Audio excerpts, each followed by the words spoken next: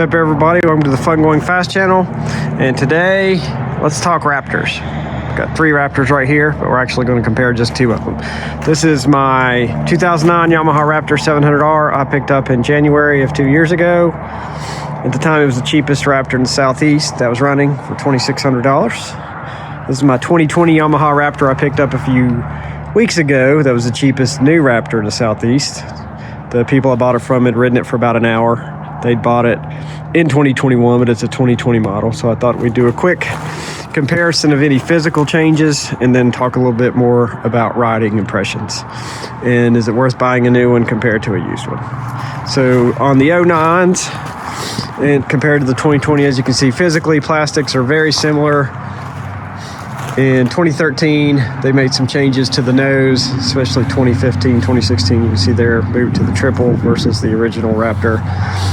This is based very strongly on the 07, moved over from the 660 to the 700 fuel injected. And then in 13, they made some changes, especially to the front, brought in the divided nose.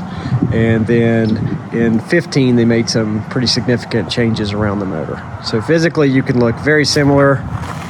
Swing arms or A-arms in the front, pretty much about the same angle. The A-arms look, well, probably about the same. I was gonna say maybe a little difference, but it's probably just because they look newer. Different size tires. This guy's gotten some different, these are not factory spec tires on it anymore, so we won't compare that. Move over so you can kind of get a shot. You can see the frames are basically identical. No differences in the frames whatsoever. Foot peg placement, all that good stuff's identical. Ergonomics are still the same. The biggest physical changes in 09 to 12, they had this awesome digital dash that shows miles per hour, mileage, hours, and a clock. And they dumped that in 2013 to try and say they made a cost cut.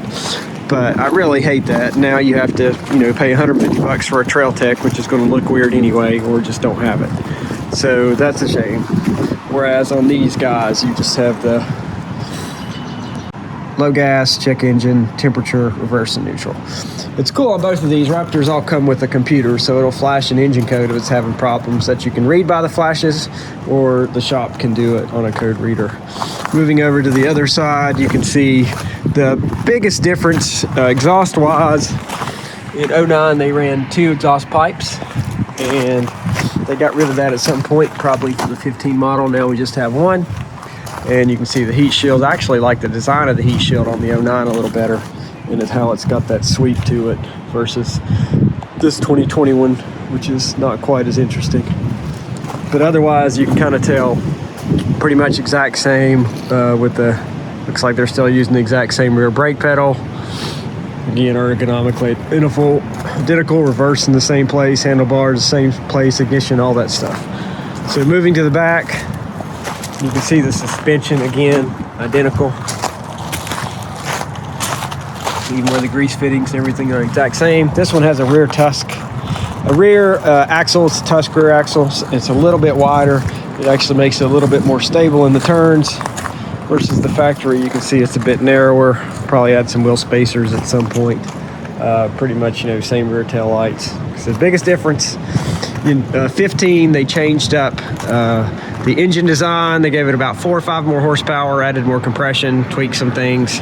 Also changed the clutch and transmission a little bit, if I'm not mistaken, and I can tell that, although this one has over 400 hours on it, 430, and I think it probably lived a hard life.